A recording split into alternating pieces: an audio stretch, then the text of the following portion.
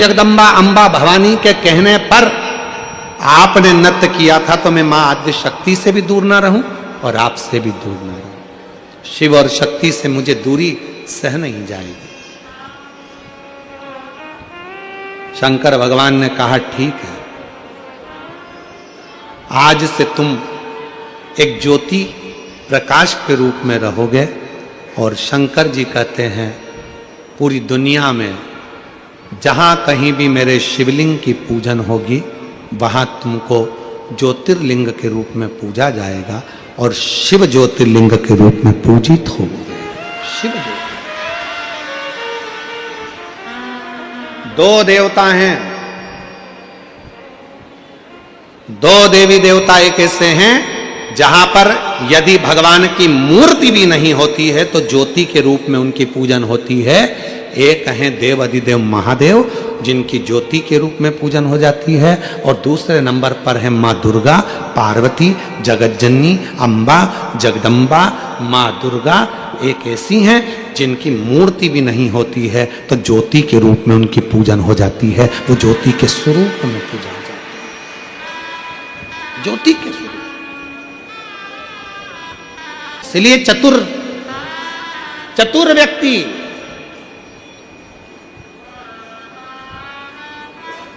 वो बहन जी बोली 97 लाख का कर्जा चूका गुरुजी केवल दीप लगाने से शिव का। और आपने जो दीप बताया था और वो दीप की गणना आज फिर कर रहा हूं इस व्यासपीठ से, फिर बाबा के धाम से। ये मीरा भयंदर की पवित्र भूमि पर अगर वो चरित्र सामने आया है और वो दीदी के माध्यम से अगर बात निकली है तो उन दीप की गणना फिर बोल रहा हूं इस व्यासपीठ से, फिर वर्णन कर।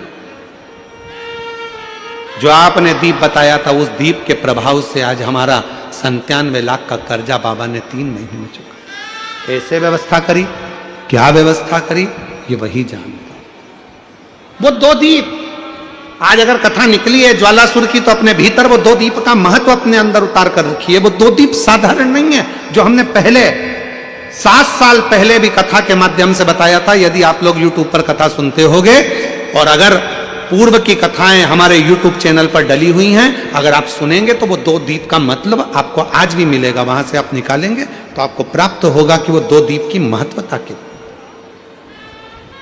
कि जब व्यक्ति हताश हो जाता है, कर्जे में लदालूम हो जाता है, बहुत दुखी हो जाता है, कुछ भी नहीं रहता, फैक्ट्री नहीं चलती, व्यापार नहीं चलता, कोई काम नहीं चलता, ना कोई व्यापार चल पाता है, टूटकर आखिरी में सोचता है अब बच्चों का भरण पोषण कहाँ से करूं, परिवार को कैसे पालूं, मर जाऊं तो अच्छा है। मेरा उन लोगों से निवेदन है, मरना किसी चीज का हल नहीं है।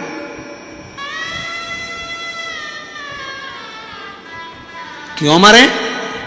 किसी ने कुछ कह दिया तो आप मरने का सोचते हो। मेरी सास ने गाली दे दी, मेरे ससुर ने ऐसा कर दिया, मेरे परिवार ने ऐसा कर दिया, मेरे पति ने ऐसा कर दिया, मैं तो मर जाऊं तो अच्छा। मरना नहीं है, यहीं रह के उनकी छाती पे मूंग डलना है। काय को मरना?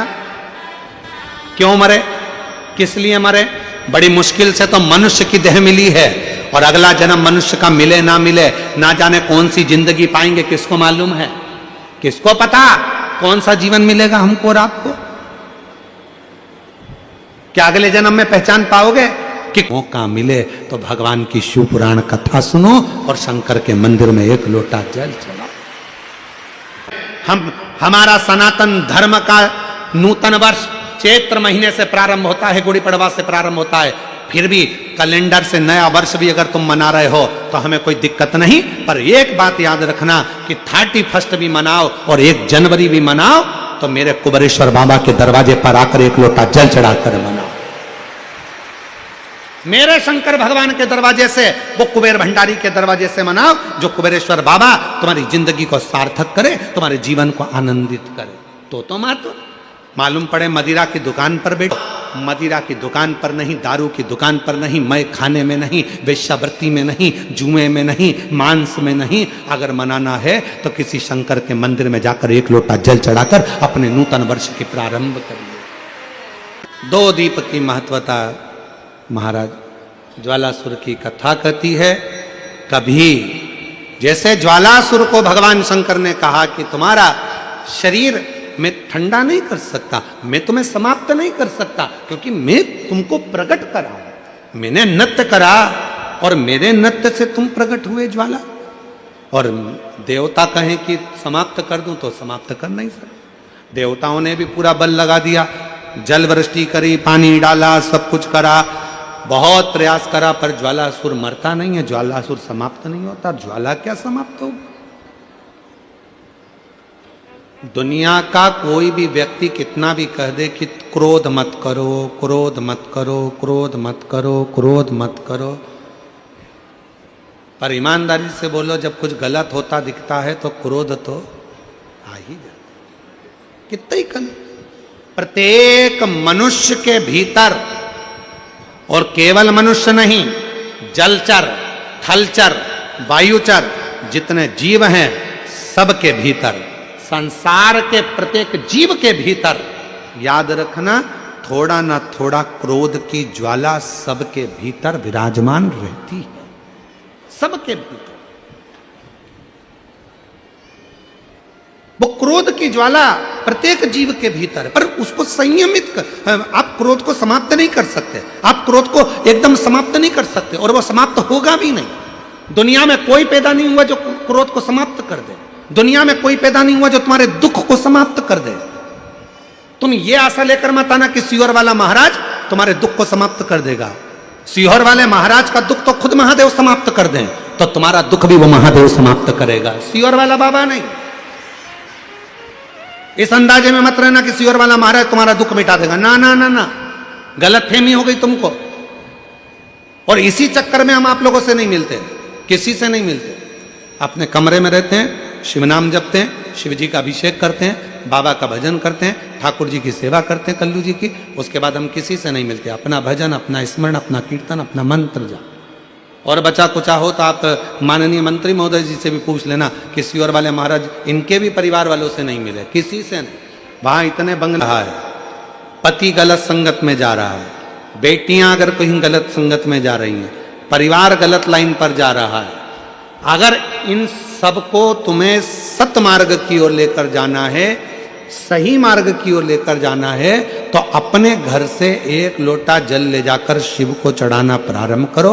वहां से थोड़ा सा जल लाकर जितने भी घर के सदस्य हैं उनको आचमन कराना, पिलाना चालू करो। वो ना पिए तो एक जग के अंदर पानी में थोड़ा डाल दो और सबको वो पानी पिलाना प्रारंभ करो, या अपने घर के दरवाजे पर उस जल को छींटना प्रारंभ करो, या अपने घर के दरवाजे पर श्री शिवाय नमस्तुभ्यम एक चिपका दीजिए, लगा दीजिए, लिख दीजिए, जिसके नीचे से ये बार बार निकलेंगे तो निश्चित है हमारे घर में कभी कोई बुरी सोच, गलत विचार या गलत मार्ग कोई नहीं पकड़ेगा। एक ना एक दिन सतमार्ग जरूर सामने आए। तो विजय हासिल कर करा।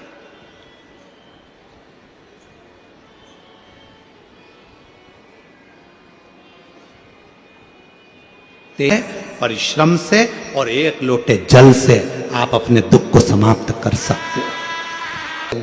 और ये ज्योति के रूप में रहेगा, मां शक्ति के पास में भी ज्योति के रूप में, शिव के पास में भी ज्योति के रूप में। इसलिए जब तुम संपूर्ण तरह से हार जाओ, लगे अब कुछ भी नहीं है अपने पास में, एकदम खाली हो गए, कुछ भी नहीं बचा, तब बेलपत्र के वृक्ष के नीचे शंकर जी के मंदिर के सम्मुख में 2 दीप लगाना प्रारंभ कर दीजिए। एक लंबी बाती का दीप, एक गोल बाती का दीप, एक शक्ति का, एक शिव का, दोनों दीप घी के दोनों सामने रखो, बाबा को प्रार्थना करो। शिव मंदिर में लगाने के बाद फिर बेलपत्री के वृक्ष के नीचे जाओ। उस बेलपत्री के वृक्ष के नीचे जाना जिसकी छांव तुम्हारे ऊपर पड़े, पौधा नहीं, पौधे की छांव नहीं आ पाती अपने ऊपर, पौधा छोटा सा रहता तो उसकी छांव नहीं आती। बेलपत्र के वृक्ष की छांव में बैठकर 2 दीप लगाओ जिसकी छांव है।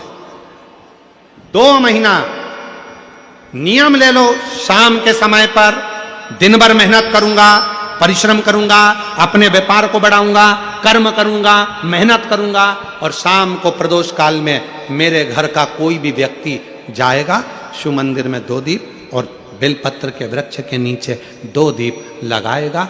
2 महीना इंतजार करना, मेरा बाबा हाथ पकड़कर तुम्हें ऐसा दौड़ाएगा कि शिव अपने आप करुणा करने लगेगा। छोड़ता नहीं है शिव। दुनिया में एक दोस्त ऐसा है मेरा देव अधिदेव महादेव, दुनिया में एक मित्र ऐसे हैं मेरे शंकर भगवान जिन्होंने शंकर को अपना सर्वस्व मान लिया। दुनिया में शिव वो दोस्त हैं, वो मित्र हैं कि संसार के मित्र भले छोड़ दें पर मेरा महादेव अंतिम श्वास तक नहीं छोड़ता। लिंग के रूप में माना जाएगा और मां आद्य शक्ति भी ज्योति को प्रियता रहेगी। जहां मां दुर्गा विराजमान होगी वहां ज्योत जरूर जलेगी। ज्योति के रूप में वो ज्वाला ज्योति के प्रीता है भगवान की। आगे वर्णन आया, सुंदर भगवान शंकर के पुत्र श्री गणेश जी महाराज के मंगल विवाह का प्रसंग आता है।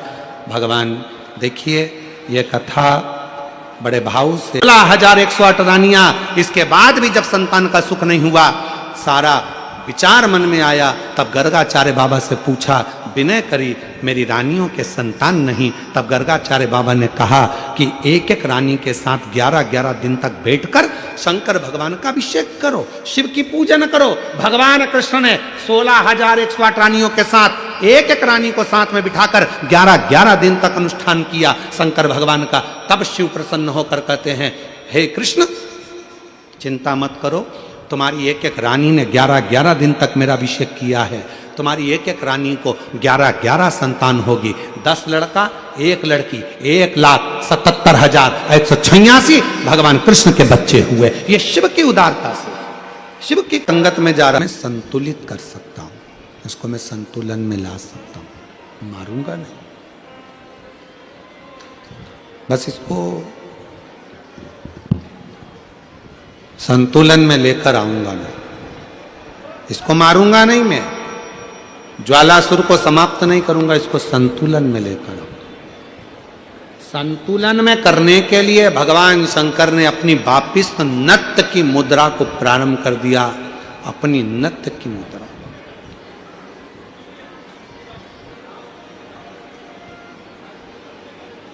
और जो भगवान ने नृत्य की मुद्रा को, नट लीला को करना प्रारंभ करा कि वो जो ज्वालासुर था उसकी अग्नि शिव के चारों तरफ परिक्रमा करने लगी और वो ज्वालासुर आखिरी में शंकर भगवान की शरणागति में पड़ गया।